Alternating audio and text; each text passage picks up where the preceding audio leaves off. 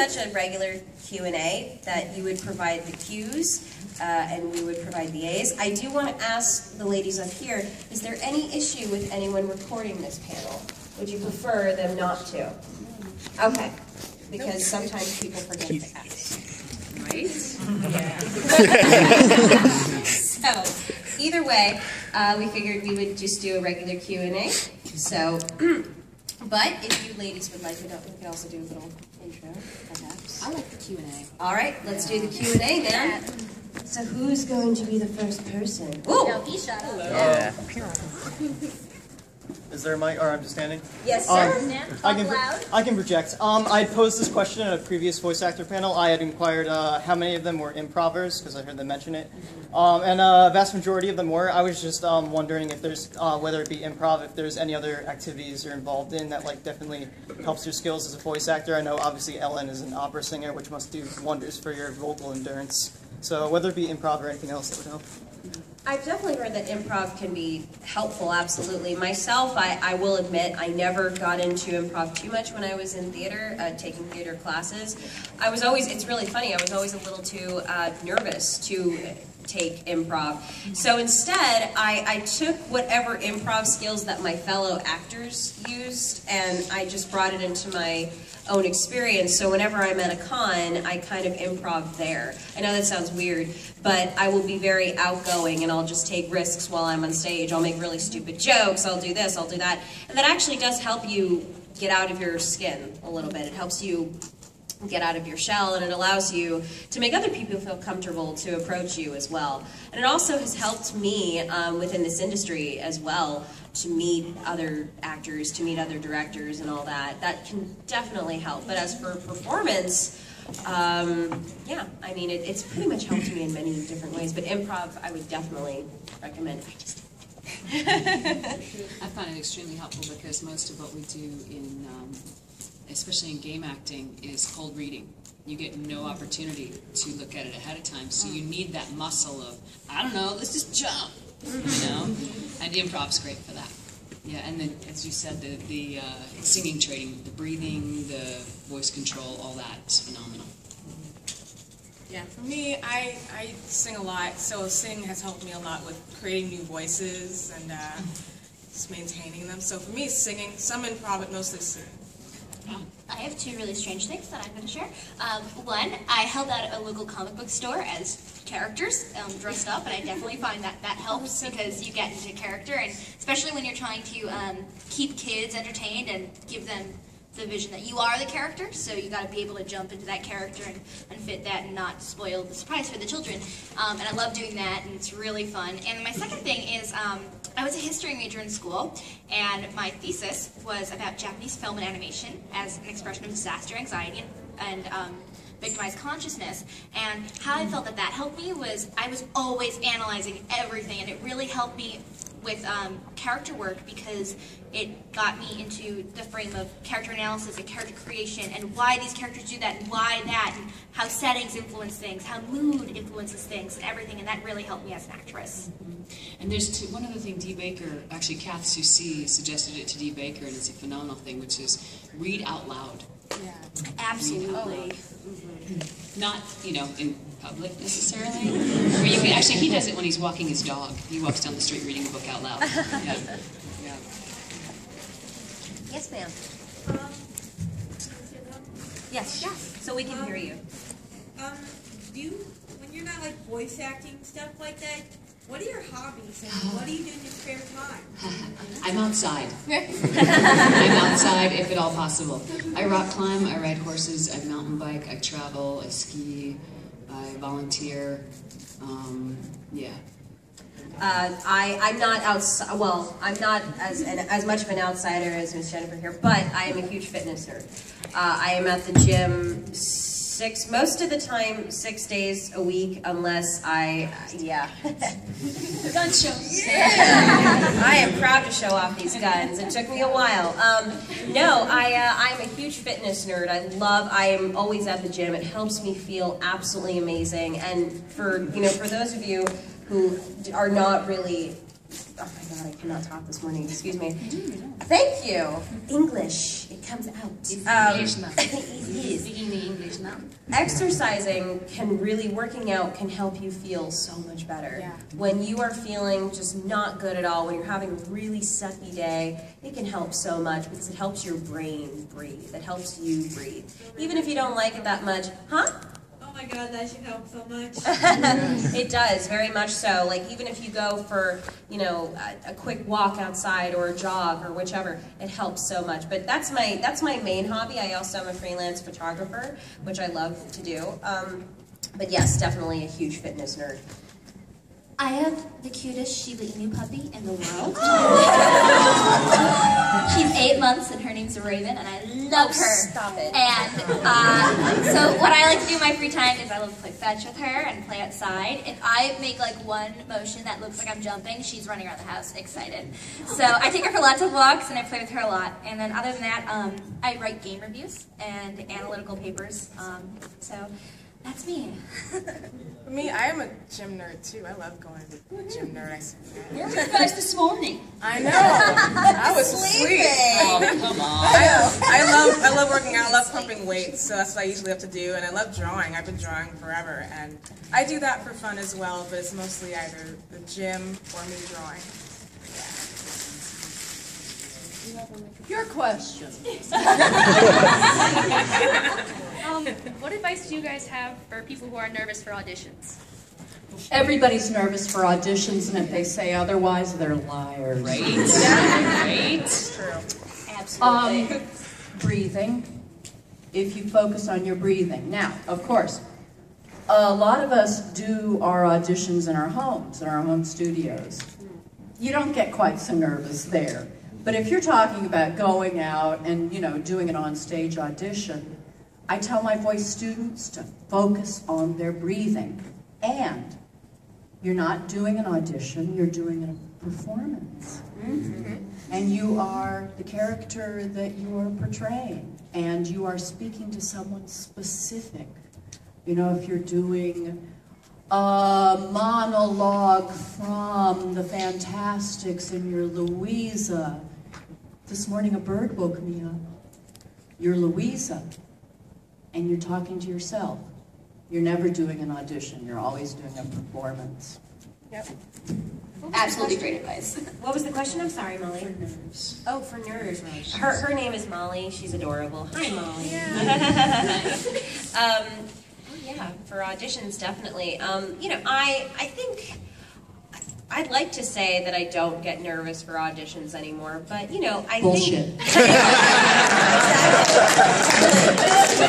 Ellen, I don't know what you really think. I'd like to say that, but I don't think any actor doesn't get nervous over auditions because we want to get the gig. So, but no, it's true that of course when you're at home, it's not the same.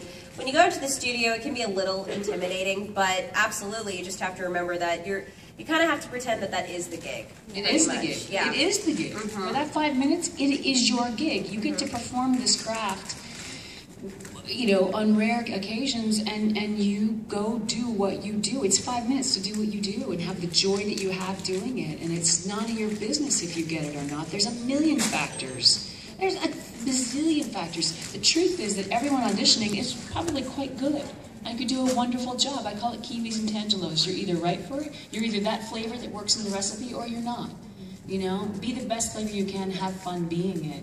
Also separate your money from your craft as much as you can. Even if you make your money with your craft, just leave your money to the universe and to your own good management. And then your craft is your craft. But also develop a relationship with anxiety and fear. People push it away, and what you persist just gets stronger. What you persist. So go put yourself in situations that scare the crap out of you, as long as they're actually objectively safe. You know, go to places that make you anxious as hell, so you get into a relationship with your own anxiety and your own fear, and you're not gonna be completely. You're like, oh yeah, I know you. Come on, just take my hand. We're going. You know, yeah. Absolutely, the fun part. Always go in and have fun. If you aren't going to look like someone a director can work with, why would they want to work with you if you're uptight and rude, or you know, show them that you have a little fun in you and you can work the piece, and that you're not going to be uptight and someone they don't want to work with. Yeah, and the truth is, it's not about you. It's about the project. So Exactly. and when you're going in that room, like Ellen was saying, you're not you. You're that person. So you don't even exist. So just go enjoy that. It's quite relieving. Ditto. Yeah. She actually brought up a good point, actually, about basic work ethic, too. When you go into an audition, or even if you've worked with someone for years, don't go in acting like a, you know what, like just be professional, but also be good company. Be good company to talk to, be pleasant. Don't go in and be unpleasant because, that's very easy for them to replace you. They can find someone else to replace you. It might not be easy for them, it might be a pain for them production-wise, but apart from that, they can easily replace you if you're not doing the job right, or if you're making it horrible for them. So, good point. Thank you. What else? Yeah, absolutely. How do you go about getting an audition? How do you start with that? That is a $64,000 Yeah. question. That's changing so much in the current technological environment. There are sites online like VoiceBank, Voice 123, places like that, you just sort of hear about it that way. If you live in a city with agents, you get representation and then they submit you. Networking is always what I say. When you have a network of people, you're more likely to find work with that group of people. And then they'll recommend you to their network, and onwards and onwards to do your job right. Again, very good work ethic. Yeah. If people enjoy working with you, they're going to say, "Oh my gosh, Brittany was such a joy to work with, and she's so talented too." It actually it just does wonders. But there's also websites as well. I'd be careful with Craigslist.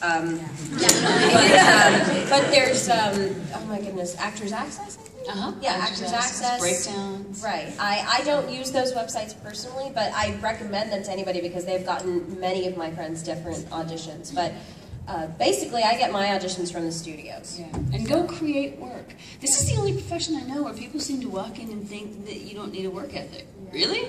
Yeah. Really? Right? Because what you don't see is there's 30 years of work behind whatever project of mine that you liked, I can say personally. Really? Yeah. Okay. That you can walk in and just act anyway.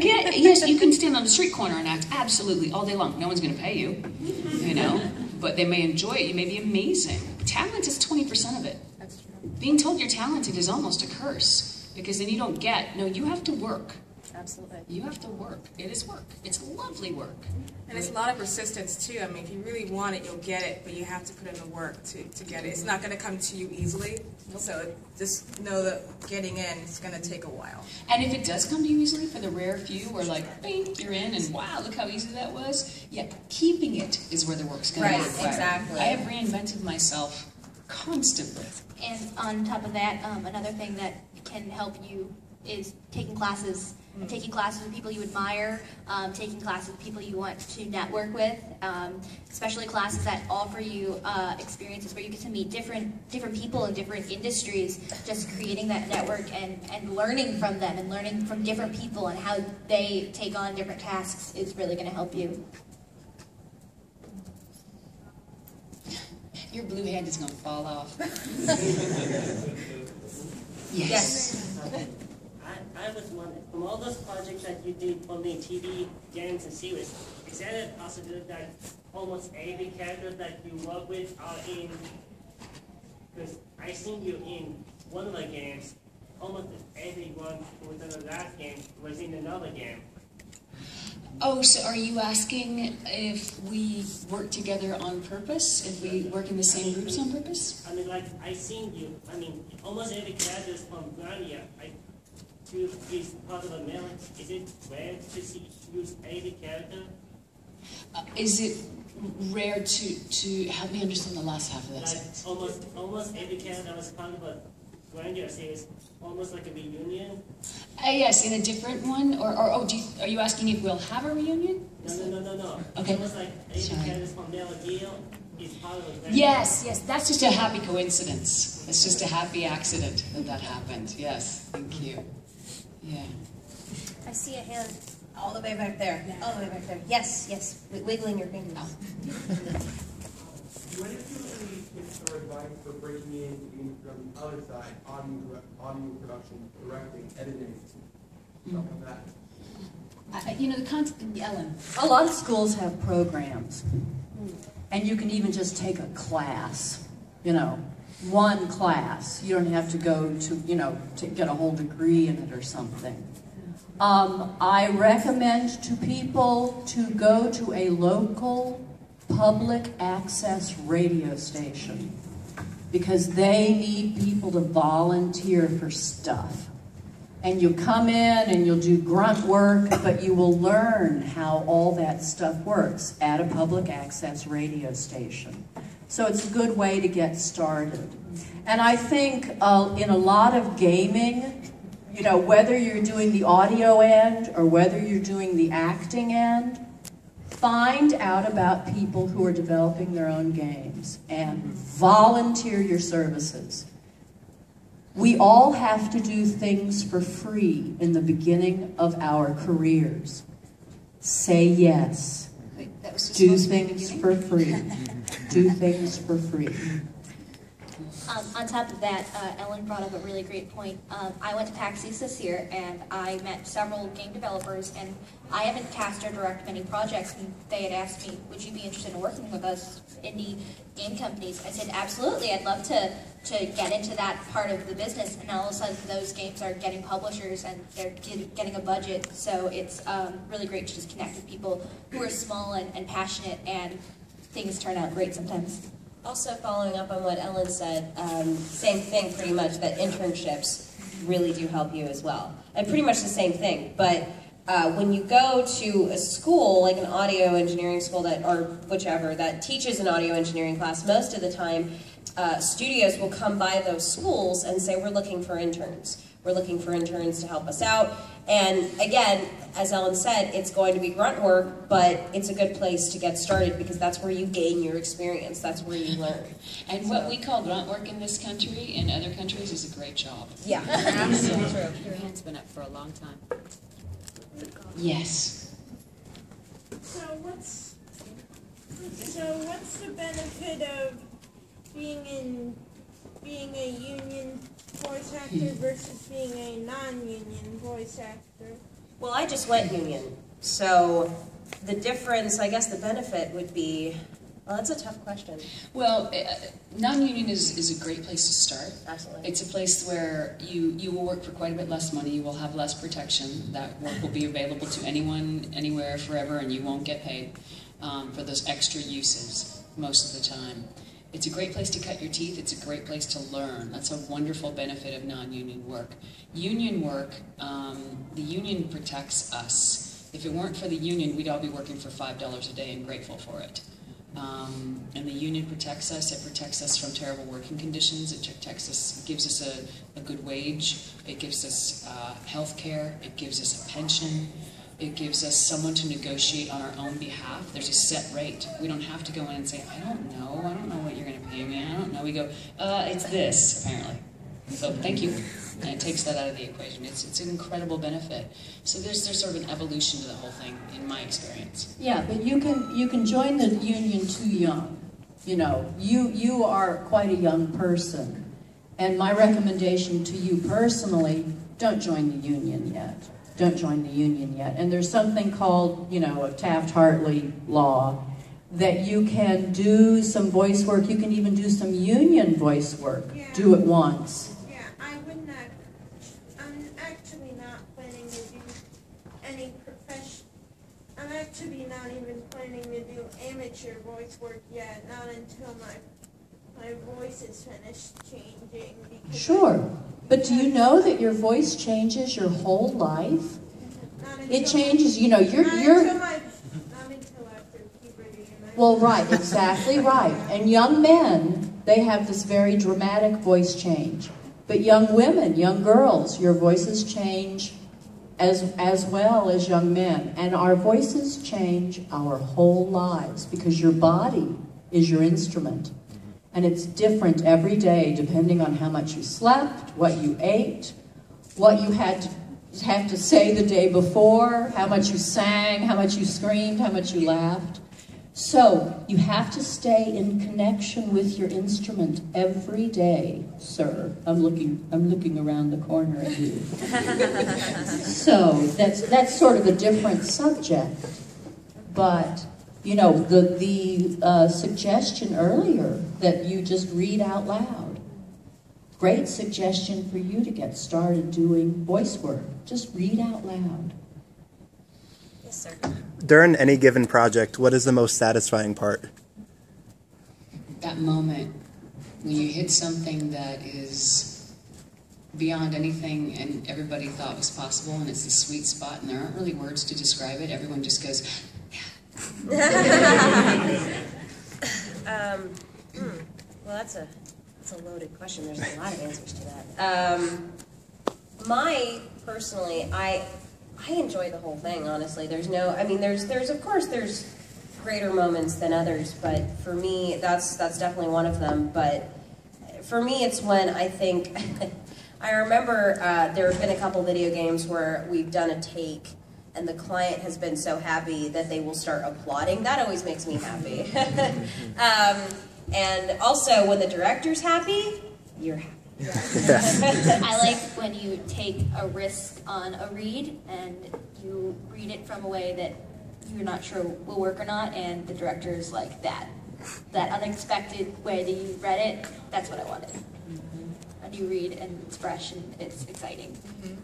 I think for me, it's just getting in that realm with the character, like just staying in that realm for maybe like an hour to 4 hours and just playing, forgetting who you are for a moment. I really love that surreal kind of, and what Jennifer was talking about too, I really can relate to those.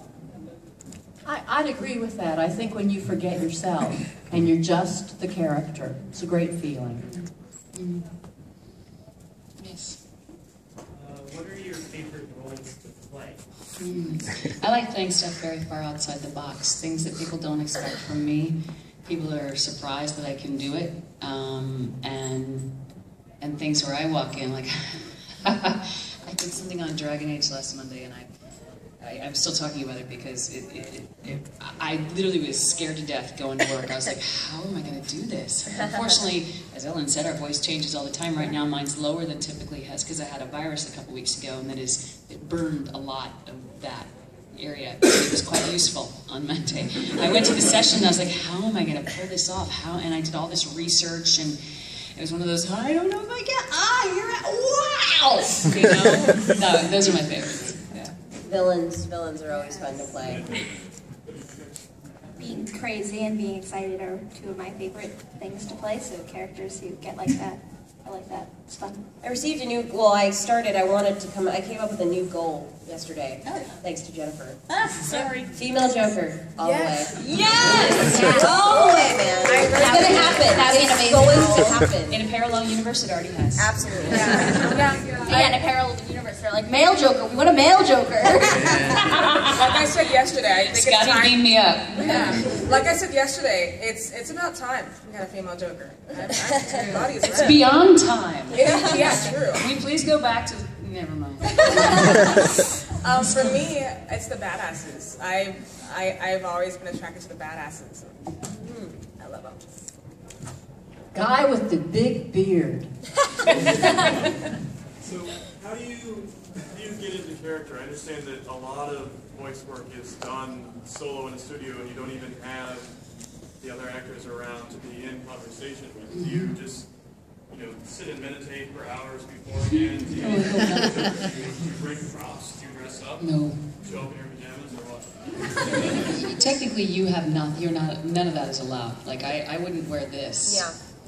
And I wouldn't wear certain... I shop for clothes like this, because if they make sound, I can't buy them. Right. So you don't have anything available to you except what's between your ears. Yeah. And what's in your heart. And sometimes you don't even have that.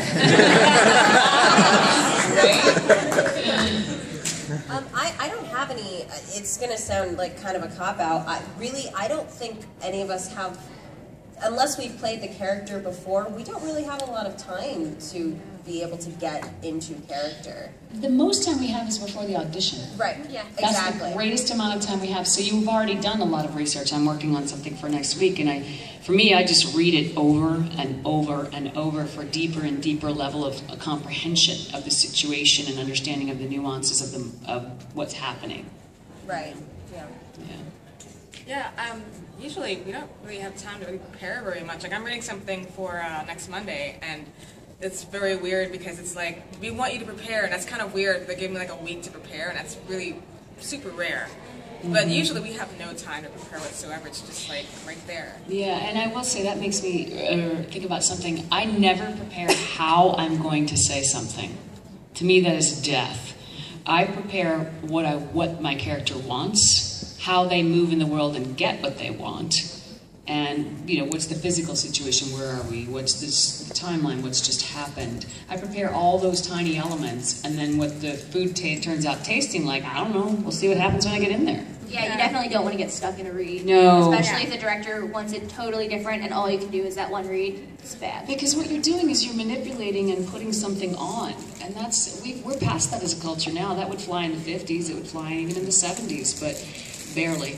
But it doesn't fly now. You have to have an authentic experience, and people want to be moved because they've been moved and they know what that's like.